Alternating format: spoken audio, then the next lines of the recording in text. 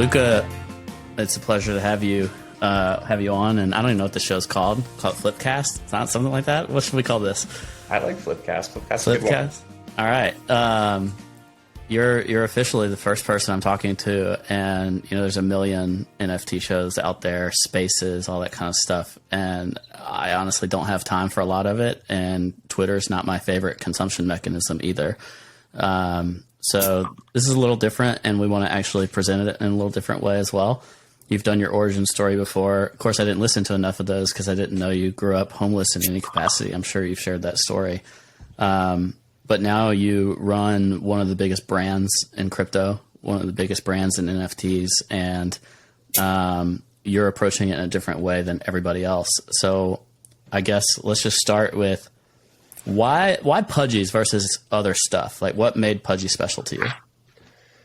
Yeah, so Pudgy's for me was my first PFP that I ever bought. And the reason why I bought it is the same reason why we bought the project. It's because I believed, knowing traditional IP and just knowing the nature of consumer behavior, that Pudgy Penguins had an opportunity to do something for the space that other projects weren't positioned to do. And so for me, Pudgy Penguins represented a inner child type of IP that was clearly magical to everybody else. Yeah. That also gave me the ability to do anything that I wanted. Like, it wasn't boxed. And so what I mean by that is, some collections have a cigarette in their mouth. And for a lot of brands, that's just like an instant killer of partnerships, right? And for me, when I closed my eyes and I pictured the vision for Pudgy Penguins, it was always super clear from the moment I bought it as a collector to the moment we bought the project itself, that this had the potential to be the brand that was going to Trojan horse NFTs to the masses. And I know it sounds like super corny and it's been repeated 100 times, but I think like the way that Pudgy Penguins IP today is transcending outside of this ecosystem is like just proving that thesis correct, that people love penguins, people love cute Pudgy penguins, and that we have a brand that's positioned to impact and touch millions of people and eventually bring them into Web3 and NFT. And so it was the most universal for me. It was the one that I felt like had the ability to do that. And that's why I fell in love.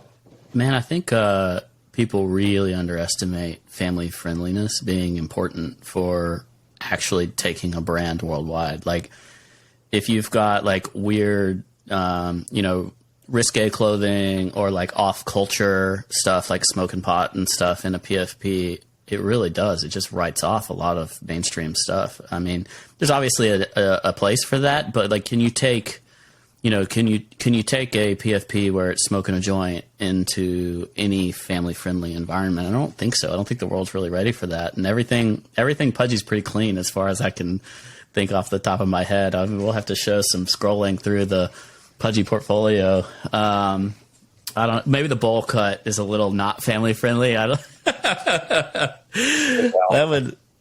What's your favorite Pudgy trait? I love the wizard hat. Yeah. So like it assembles like this. So for me, I thought the IP was always magical, right? Like I always said it. Like, why did you buy Pudgy? Why didn't you mint your own collection? Because Pudgy had a magic that everyone's trying to replicate, and only a few have. Right? It's just something that sticks. And so I'll give you an interesting statement to your point that I think you'll appreciate. When you look at the nature of IP in the real world, cute and inclusive IP is what dominates IP in, the physical. Yeah. And when you look at cute and inclusive IP on the blockchain, Pudgy Penguins is number one, and then everyone else follows. And so being a cute and inclusive IP and being the leader there, Disney built a $200 billion company off of cute and inclusive IP. And, to lead the charge, I think, is a statement that's not to be underestimated, to be frank. Yeah. How do you get the pitch out to the real world? And who is the real world? Like you say Disney, but do they end up making their own stuff, or do you think they'll acquire brands? Or Nike acquired CloneX, for example. Like, do you think big brands, big media brands that sees, hey, there's creative IP here that's valuable, we need to create our own, or we need to buy or partner? Well, what path do you think they're going to take, and who do you think those target markets are? Yeah, I we've seen it a couple times now where major brands are taking their traditional IP and bringing it into the space, and they just don't know how to maneuver. And they also just don't have that audience. Pudgy Penguins was interesting because there was an affluent user base that was there since day one. And again, you can't go raise $100 million and try to get these people on board unless you're bribing them, which ultimately ends into failure. And I think we've seen it a couple times. Yeah. And I think the way that people are looking at this, when you're looking at venture, when you're looking at major companies, you look at 2030, ask yourself, what is the digital collectible market going to be? And I think a lot of people are coming to the number of 100, 120, 150 billion dollars, figuring that in 2022 we did just north of 20. And so you're looking at the cycles, looking at where that goes, who's going to be the brands that are going to capture multiple points in that pie. And so right now the conclusive leader right now, I think, is Yuga, right? So I think the thesis behind their $4.5 billion valuation is they're thinking to themselves, well, we could probably capture 10% of this market like we've shown up until this point. And so, in 2030, you could argue that, Yuga is probably going to do between 10 and $15 billion in revenue. At least that's the thesis. That's the lens in which they're looking at it. And I think people can see through the nonsense too. And so if you're asking me about acquisitions, I do believe there's going to be more Nike type of deals. I think, it's too big of a market to be underestimated. And when you look at the core of this, and I'll tell you this as somebody, this was really the driving force. Once I realized this, I was like, yeah, I'm going all in. I've spent millions of dollars on sports cards, on sneakers, on watches, on fine art, all things that I collect. And the friction when I want to sell it there's so much friction. It's near impossible. The anxiety of shipping something, a Michael Jordan Fleer to, somebody in Alabama or something. It takes so much friction. And so when you look at NFTs at their core, they're just a better version of collecting. And collecting is a $426 billion market. And this removes all of the friction points and gamifies it and makes it fun in a way that we've never seen before. And that's how I knew, beyond gaming, beyond any of these abstract theses, at its core, they're better digital collectibles. They're better collectibles. They have all of the pros, none of the cons. And so when you kind of weigh the totem pole, people are going to go here. The collecting business is an insane business. It's one that I understand. And it's one that people, at the highest, net worths and market caps understand. And so it's inevitable, I think, for that reason and that reason alone. And I'm excited to see how we expand this space even further. Do you think that do the brands just have to go everywhere? It's like everybody says, okay, we're a game, we're a studio, and we're making cartoons, we're making physical products, we're doing events. Do you just have to go everywhere, or can you focus? What's the core of this product set? Yeah, it's interesting. I think it's how you define it. Now, I'm actually pretty surprised how people have defined their NFT projects in the past. So to give you some context, Pudgy Penguins identifies itself as an IP company. And why we did that is because when you look at the pyramid, an IP company is really at the top of the pyramid, and an IP company can do games. It can do short film. It can do consumer products. It can do merchandise. It can do licensing. It can do content. It can do all of the things, versus if I said, hey, we're a gaming company, well, if I'm a gaming company, that's who I am. When in reality, the one of the key pros about Pudgy Penguins was the fact that it wasn't in a box. And so I didn't want to come into this business and then also now put it into a box. So I feel like an IP company for us is the best scenario and the best way of looking at these things. And I'm surprised most people don't look at it from the same lens. Now, what does that really mean? Step one for us is character awareness. The more people that understand and know and follow and engage with the Pudgy Penguin, the better. Because if I have 5 million followers on Instagram and millions of followers on TikTok and tens of billions of views on Giphy and people are familiar with the IP, then I can go build a game and actually find product market fit and bring users over. I can sell toys and actually make meaningful revenue. I can create content and, pitch it to a Netflix and a Hulu and actually give them a real value prop on how it can bring users and increase their lifetime value of a new set of consumers that have not been to their platform. And so, my core objective is bringing awareness to the Pudgy Penguin. I think if I can beat everybody in awareness, which I think up until this point, with the exception of the bull run behemoths. I think we're doing a better job than anyone else in doing this across other platforms and just getting people familiar with the IP.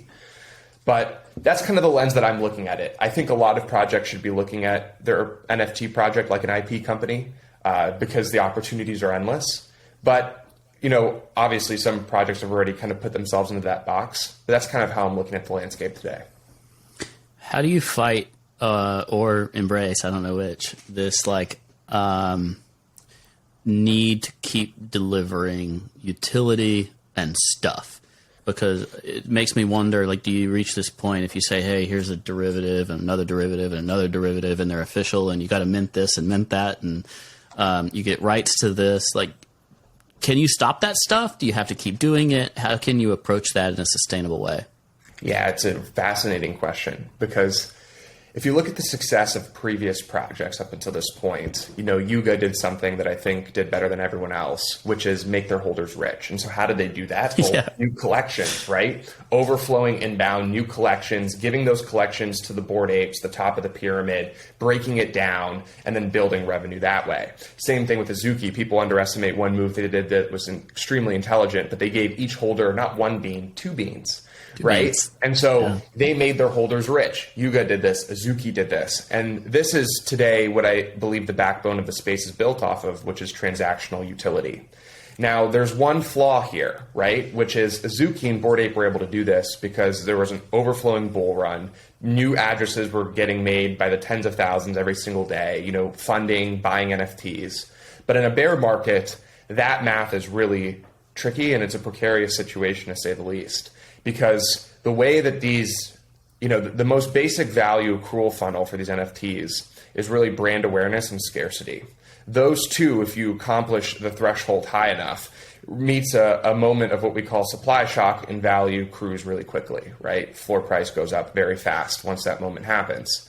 Now, if you have an abundance of NFTs in your digital ecosystem, then you have to have a lot of brand awareness to reach that. And if you have maybe a middle level brand awareness, but a scarce digital ecosystem, it may be easier to achieve that. And what people want above all else, and this is really key and a huge focal point for us, is floor price on main collection has to go up. If you lose that, you are losing the battle. Now, it sounds a little ridiculous because there's so many more moving parts, but you'd actually be surprised how important to the vision that is. And so value accrual to holders is key. And so how I look at that, I look at it actually from a really abstract lens. We're trying to do something different. And so I think, how do you accrue values through a real transaction, not just creating things out of thin air? And I believe that solution is licensing. Well, I have to make, MT a super famous penguin, right? But when MT sells in stores and online, the person who owned MT makes money. And this is important because how do you do that at scale? How do you do that through content? How can you, license IP in the form of hundreds every single year, whether it's for short form content on Instagram or TikTok or Giphy or products like toys and collectibles? And so this is the balance that I'm finding, but I'm conscious of the original model. I think the original model and value accrual is something that I'm ready to do and want to do, but I think you have to have the right market conditions to do that. Like right now we're building out our story. There's other characters in our universe. I want to airdrop those characters and give those to the Pudgy Penguin holders, but I'm not going to do that in an underwater market, which even with the blur stuff, it's still underwater. It's like fake volume, right? Yeah. But you can time the right things together. Up until that point, I think licensing is going to be the backbone of our value accrual model, create brand awareness. And I think in between, a lot of people underestimate the things that you can do for your community. Utility might not be price go up every single month because you can't really control that, or airdrop because people understand the mathematics behind how that goes wrong. Maybe utility can be turning somebody's Pudgy Penguin into a GIF. And so now when they send it to their mom, they can, when they're texting their mom or their girlfriend, they can send them a Pudgy Penguin's GIF. There's something called emotional utility that I believe is underestimated in the space, and something that I think Pudgy Penguins really wants to lean into, because up until NFTs came around, IP has been built off of one utility and one utility only, and that's been emotional utility. How can you create people an attachment to their penguin? So let me walk you through this, my imagination here. But, if you go to a Christmas party or a Thanksgiving party and you're a Pudgy Penguin holder and you see a niece or a nephew playing with a Pudgy Penguin toy, I would argue that's emotional utility. You feel proud to own that. You feel like you're a part of that. There's a connection there. Or maybe if you give it to a gift, as a gift. Or maybe you're on Instagram and you're having a bad day and your wife is upset at you and you see an Instagram post of Pudgy penguins uplifting you, some relationship post. What a coinkydink, right? And you send it to your wife and now she's happy and now you guys talk about it. That's emotional utility. Or maybe if we go to an awesome event, we want to throw a summer camp called Pudgy Camp. I'm giving you some alpha on this one. But I want to throw a summer camp where it's like a camp for kids, where Pudgy Penguin Summer Camp, unlocking your inner child, right? And you guys all go and hang out, and maybe you find your next best friend or your business partner or, you know, a girlfriend or a boyfriend from that event, right? That's emotional utility. And so these are the things, or you're reading, you know, your son or your daughter a children's story at night, and that story is a Pudgy Penguins children's book. That's emotional utility. And I think these are the utilities that people are underestimating in this space. I think if you're looking at it from a long-term lens, that's the utility that I believe is going to win, and the one that is going to create a global brand, not just one that goes up in price, because then you get caught in the Ponzi-nomics game. And it's, you know, airdrop, create things out of thin air, more tokens. You get pushed into a corner that is a very dangerous corner to be pushed into, one where you could probably make a good amount of money, but one that could lead to, you know, the whole thing falling, which is something we don't want to happen. So it's complex. There's a lot of moving parts. There's a line that needs to be balanced that is exceptionally difficult, but the reward is there. What kind of brand do you think in real life that has nothing to do with NFTs, but just established, did this well, where it's like there's simultaneously this rarity element to the brand, but also it's like makes it accessible or something people want to achieve to, you know, like essentially why should they pay attention if they can't get to it? You know, if it's $10,000 to seek entry, why should they pay attention if they can't own one? And then balancing that, like, is it Rolex or is it Louis Vuitton or is it something outside of fashion? Is it like, I don't know, F1 or something? You know what I mean? Like, I'm just, what brands do you really appreciate from the real world that has nothing to do with NFTs in terms of this scarcity and inclusion combination? Yeah, it sounds ridiculous, but if you go down the rabbit hole, it will reign true. But Pokemon is a perfect example of it, right? Like, you have this side of Pokemon that is just like, if you're not a bajillionaire, good luck, because you will not get those assets. Is it Black Lotus? Is that a Pokemon card? Is that right? Or is that Magic? I don't know which, but it's no. And on this other side, you have, I think that's Magic. You have this other side that is, you know, in Five Below and, you know, all around the world that, like, kids that are poor can go enjoy, you know, and that's the brand that I want to create. I like, you know, I'm well off today, but I want a brand that, you know, we have products that are $3-4 that people can enjoy. Like, I don't want to be this, you know, $500 collectible. All I'm doing, there's enough of that. Everyone's doing that, and that's great. Like, I want them to do that. But there's this whole open ocean to the right of us where it's like, who's building the brand that everybody can enjoy, both men and women, boy and girl? You know, it doesn't matter your age, doesn't matter your ethnic background, and doesn't matter your gender. And so that's where I want to go. I'm a parent. I've got 2 kids, and there's been a couple of brands that have stuck out to me, and it actually doesn't necessarily require it being super valuable, but my kids want to play it, they want to trade with it, and when I watch them do things, I get really bullish on, like, NFT collectibles with future generations. One is Pokemon, and, like, they don't think about, like, the Black Lotus was a Magic the Gathering card. Pretty sure I messed that up, but whatever. I'm a boomer, so nobody's surprised here. But they don't need, like, the rarest Pokemon card, because there's, like, the play deck and they can get excited about the game. Then they also just say, like, oh, well, I just want to go and trade with my friends and, like, give them from this one, they're going to give me that one, and it's the back and forth that is what it's meant to be. But they're not, like, getting out when they trade. They're just, like, swapping to optimize what they really love within the game. Another one, even more ridiculous, because there's, like, they cost nothing. Man, I don't know if you know Crocs, right? Like the ridiculous plastic clogs. Well, people put gibbets in these. Have you ever heard of this? Mm-hmm. Okay, this was new to me until, you know, my kids got to, like, elementary. and they like put gibbets in the little holes in their Crocs, and they're just, walking around blinging on the top of their Crocs, and they just want to trade gibbets with each other all day. And it's like, well, this has a football and this has a baseball. I want to trade you. Or this has like the Lakers on it, and this has the Heat, and I want to trade you.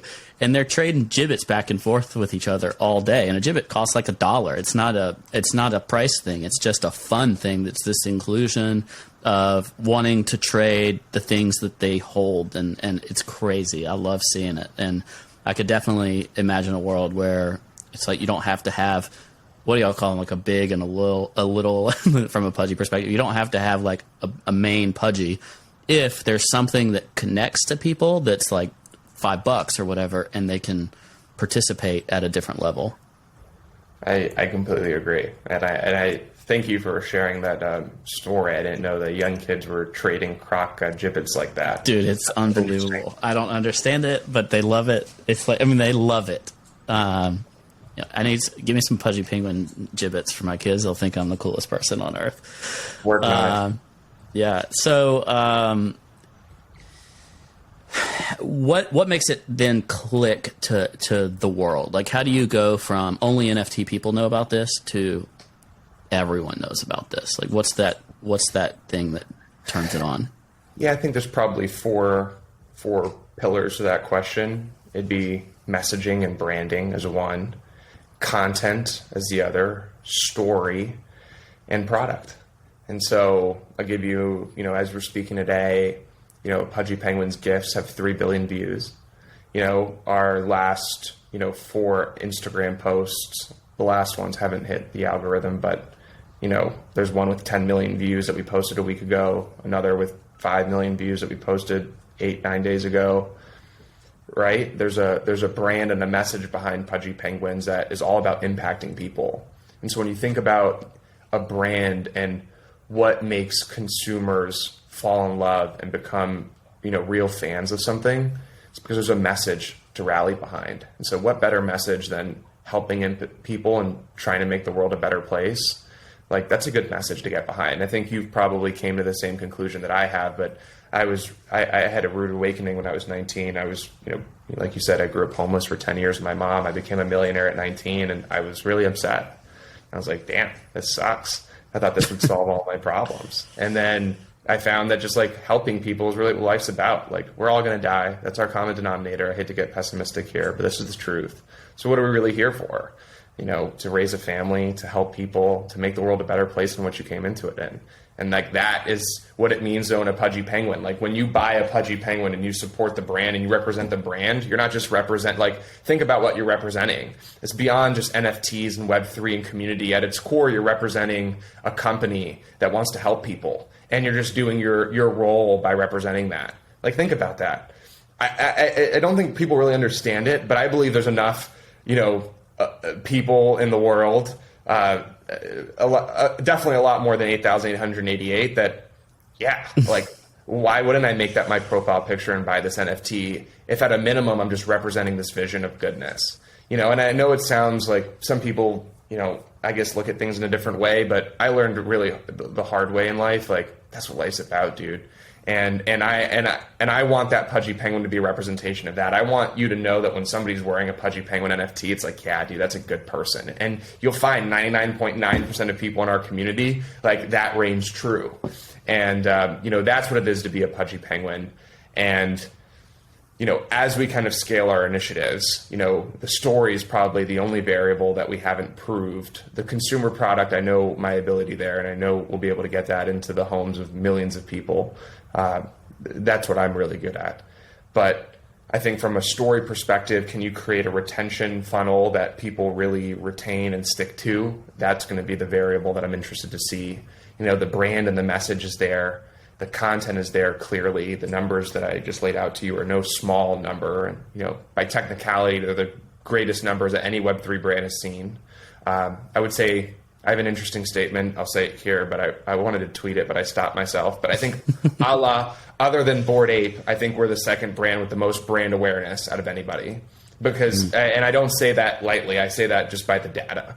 I think more people have seen a Pudgy Penguin than any other NFT. And if you look at the numbers, 3 billion GIF views, crossing 100 million views on Instagram across our content, 20 million accounts reached in the last 30 days. I think that reigns true. It's kind of amazing that like a lot of people in our space, people that are going to watch this, they're on crypto Twitter, but crypto Twitter is basically a zero in terms of the size of the pie. And it's like if you're relevant on crypto Twitter, that means nothing about whether you're actually relevant in the sense of making it long term in this space from a brand perspective. I agree. It's an amazing vehicle and mechanism to engage with traders and maybe power users and, you know, people that are really leaned into the technology. But, you know, the vision here really has to be, you know, who can, because this is how I look at it, right? If you're looking at mass adoption for crypto and NFTs, it's not going to come through sponsoring basketball arenas or putting logos on jerseys. I have an interesting thesis where I believe the love for, or the mass adoption for NFTs is going to come through the love of IP.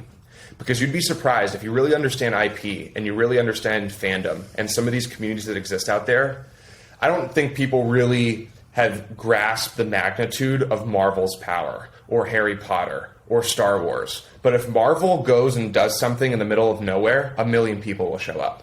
If Harry Potter goes to Norway in a forest and does some like, you know, crazy, you know, Aragog spider forest thing, you know, 500,000 people will show up in the middle of Norway. And they're going to pay like 20 grand to be part of it. 100%.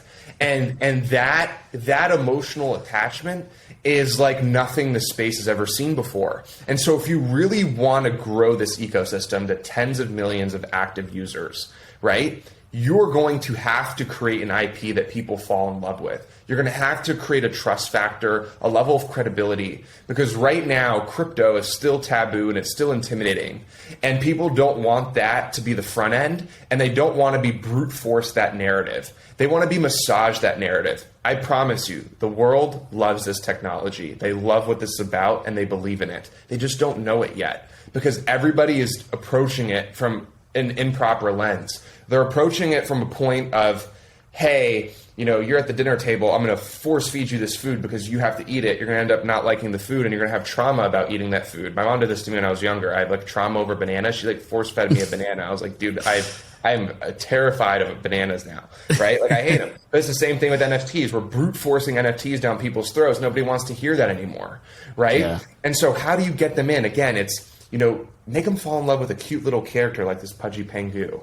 And once they really love the brand and consume it and they engage and they start sharing it with their friends, maybe start teaching them about NFTs and Web3 and then maybe start bringing them down the funnel and massaging them. Everybody's looking at it in a really wrong lens right now, in my opinion. And I believe to get those tens of millions of people involved, you're going to have to make them fall in love with the character, and that character is going to have to lead them through this journey that is NFTs and Web3. And I also believe that if you can accomplish that, and you can create this brand that is permeating and transcending in the way that I just described, you will inevitably start taking market share from a Star Wars and a Marvel and a Warner and a Disney. And if you do that, they're going to have a boardroom meeting like OpenSea just did, and they're going to be like, holy shit, this shit is really freaking working. Put our A talent on these NFT initiatives. And if they put their A talent on these NFT initiatives, this thing's going to the moon in a way we've never seen before. But right now they're putting their scrubs, they're putting their rookies in these departments, and they're just saying, "Hey, go Rook, go G League this and try to, you know, win a chip that doesn't really matter to us right now, right?" And so that's like the problem. No one's I promise you, Warner, Marvel, Disney, all these guys come in here in a 6 to 12 month sprint and just go all in NFTs. You'll have 10 million people using this stuff within 12 months. How much of a drag do you think like all the stuff that went to zero and the like bubble that we had, how much of a drag is that going to be on this process to say like, hey, it's not Beanie Babies because there's like underlying tech and there's underlying IP, as you say, for what the pitch is, but there's like all this weight that you have to carry for a while until people forget about like, oh, I get it. There's more to Web3, NFTs, whatever you want to call it, than that bubble that happened back in 2021. Yeah, I think we'd have to look at 2017 for a similar like lens, because I know a lot of people felt that way in 2017 when this whole thing kind of blew up, and had that taste in their mouth about crypto, and it took maybe 2 or 3 years for that taste to leave and for this like FOMO to kick back in again. And we're coming into this with the same approach that it's probably going to be 2024, late, early 2025 before we see NFTs super cycle. You know, we might see crypto's super cycle right around then, maybe a little bit earlier, or next bull cycle. But it's interesting that you bring that up because there definitely is a taste in people's mouths. But there's also this interesting idea that, you know, NFTs are not just crypto, they're not just art, they're not just collectibles and community. Like, dude, they're all of these things. And so it's actually a beast that we've yet to kind of see, because it's not just like a crypto asset, and it's not just, and it's like not just an art asset or a collectible asset or an access asset. It's like all of those in one. And so I'm actually interested to see, you know, the learning curve. Like, you have Rolling Loud, now you have the NFT to get their VIP tickets. Like, there's really interesting use cases where that taste may come back a little bit sooner than we want, which is good. But you're right. There's I mean, the last 6 months have been a testament to that. There's a lot of people who have left. I think collectible value is always going to be a part of NFTs, and there's definitely value there. I don't know that all collectible value is inherent to just the price of this is going to be maintained. Like, a collectible could also be my ticket stub from the best concert I ever went to, and that's more of an experiential type of NFT where, hey, I used this. I paid $1,000 to go see my favorite artist with floor seats, and it was awesome. And, you know, my shirt got ripped or whatever. And like, here's the shirt and the ticket stub, and this is how I remember it. And I feel like the NFT format of that can be, one, the NFT is part of that experience, right? Like, it's part of the ticket or something. And then also, like, the art or whatever that's associated to it is your way of remembering something that you experienced.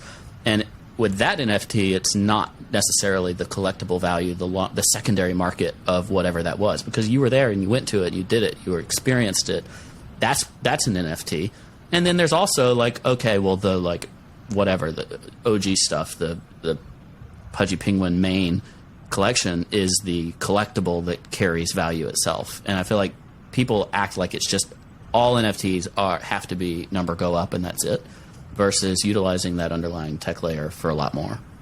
Yeah, and this is the lens that, like, if you were to ask me, you know, what my vision for this is on a grand scale, is how do you build a brand that makes $1 billion a year in revenue that translates real revenue to their holders through the form of licensing, right? And so floor price could be zero, but if I'm doing $1 billion a year in revenue and I'm selling $100 million worth of this penguin, and you're receiving, you know, $1 million in perpetuity or upfront payments, there's a bunch of different ways that we can do it. It's an interesting thesis, right? Because what that then becomes is the NFT now becomes a tool that aligns the brand and consumer in a way that was never possible before. It's an alignment tool, right? There's never been a tool that aligned the values and the success of a brand between its consumers and first believers the way that the NFT does, right? Because the NFT, what I'm doing here is a CPG brand experiment, right? The point is how do you prove this bigger than just this digital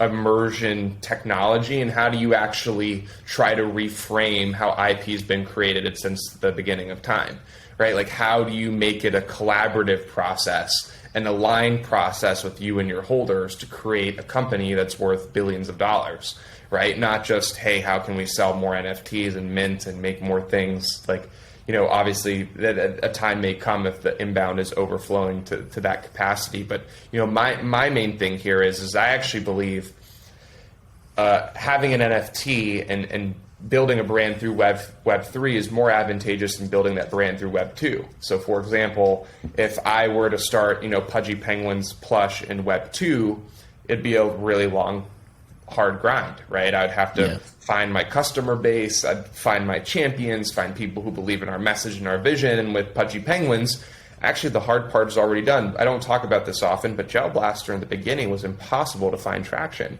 Once we got our first 1,000, 2,000 customers, things took off. It just went to the moon, right? Well, in Web3, if you buy my NFT, because minting out is, fairly easy. You can see low-level marketers have been able to make millions of dollars minting things out. If you can mint out a collection, align yourself with 4,000 or 5,000 people, create a product, well, I'm fully expecting that when Pudgy Penguins Toys goes live, in 8 weeks, that I'm going to have my first 1,000 reviews within 15 days, and most of them I would hope would be good reviews because our incentives are aligned. So I'd hope you give us a 5-star, and you'd be surprised what that does for the algorithm. If I can get 1,000 5-star reviews on Amazon in the first 15 days, I'll be the first thing you see when you search toys.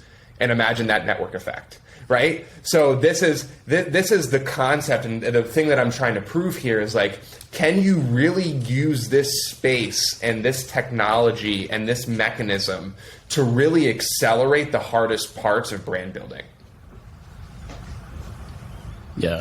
For anybody that isn't familiar, some of Luca's backstory is Gel Blaster's toy that's in 2,000 Walmarts and all kinds of other places and all over Amazon. And your first journey, I guess that was part of the source funds for what became your purchase of Pudgy Penguins, right?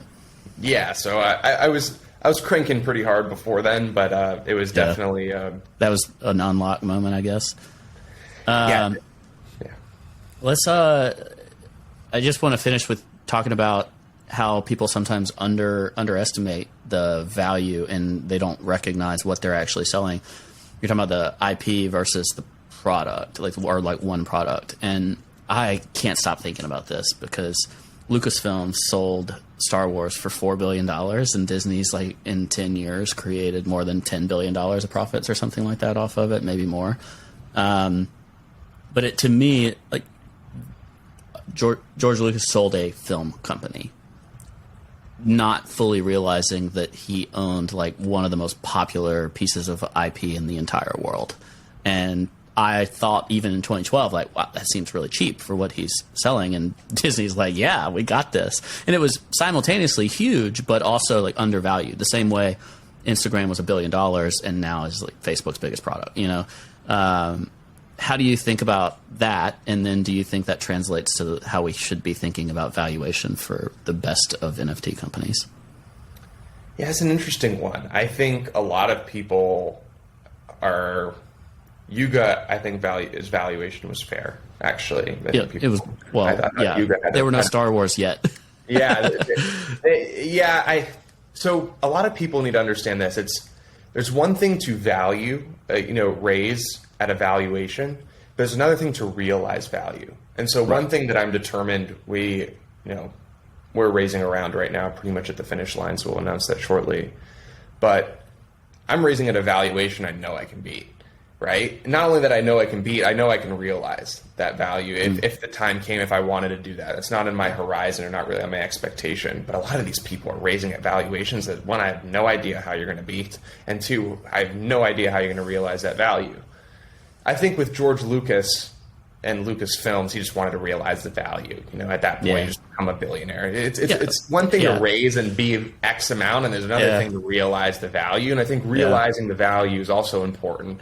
One day if the opportunity and I felt comfortable and I felt like somebody could lead this in a better place, and Disney wanted to create the next Happy Feet out of Pudgy Penguins, I would want to realize that value. But if I'm a $5 billion company, that's a good point.